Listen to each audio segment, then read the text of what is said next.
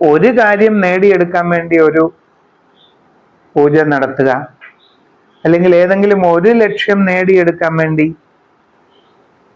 ഒരു ഹോമം ചെയ്യുക, അങ്ങനെയുള്ള കാര്യങ്ങൾ ഒന്നും പ്രസക്തിയുള്ളതല്ല. പകരം നിങ്ങളുടെ ആഗ്രഹങ്ങൾ അഥവാ ലക്ഷ്യങ്ങൾ എന്ത് തന്നെയായാലും അത് നേടണമെന്നുണ്ടെങ്കിൽ, തുടർച്ചയായി അവ നേടിയെടുക്കണമെന്നുണ്ടെങ്കിൽ പുതിയൊരു തലത്തിലേക്ക് എത്തിച്ചേരാതെ പറ്റില്ല. നിങ്ങൾ പുതിയൊരാളായി മാറണം.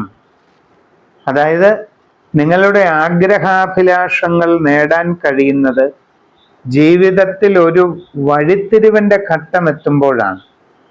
സർവ്വസാധാരണമായി ഇങ്ങനെ ജീവിതം മുമ്പോട്ട് പോകുന്നവരെ സംബന്ധിച്ച് കാര്യങ്ങളൊക്കെ ഒരുവിധം നടന്നു പോകാം, തട്ടിയും മുട്ടിയും ഒക്കെ ഇങ്ങനെ പോകാം എന്നുള്ളതിനപ്പുറത്തേക്ക് യാതൊന്നും അവിടെ ഉണ്ടാകുന്നില്ല. ഭൂരിഭാഗം വരുന്ന ആൾക്കാരുടെ അവസ്ഥ ഏകദേശം ഇതിനോടടുത്ത് നിൽക്കും.